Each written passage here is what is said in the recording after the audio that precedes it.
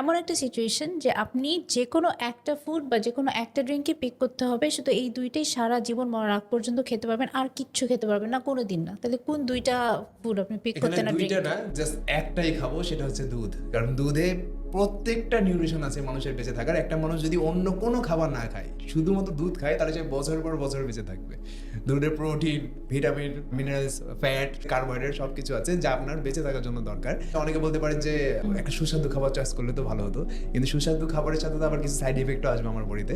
তো যদি আমি অন্য কোনো খাবার না খাই, তাহলে দুধ খাওয়ার মাধ্যমে সারা জীবন বেঁচে থাকার মানে চেষ্টা করব। বেসিক্যালি যে কেউই যদি অন্য সব খাবার কম খায়, যদি দুধ খায়, তাহলে অনেক ঘাটতি পূরণ হবে। অনেক ঘাটতি পূরণ হবে। তবে হ্যাঁ, এখানে একটা ব্যাপার আছে যে কিছু দিকে তার সাইড ইফেক্টও হবে, কারণ দুধে আপনার স্কিন ফ্যাটও বাড়বে, যেটা সম্ভব না। মানে দুনিয়াতে তো এরকম সিচুয়েশন কোনোদিনও আসবে না যে জাস্ট দুধই থাকবে, বাকি কিছু থাকবে না। তবে যদি না থাকে, ধরেন আপনার কোনো খাবারের অপশনই নাই, আপনি কোনো একটা মরণাপন্ন একটা জায়গা, মানে যেটা একদম আপনি এক জায়গায় আটকে গেছেন, সেই জায়গায় যদি আপনি জাস্ট দুধ নিয়ে যান, তাহলে আপনি অনেক দিন জীবিত থাকতে পারবেন।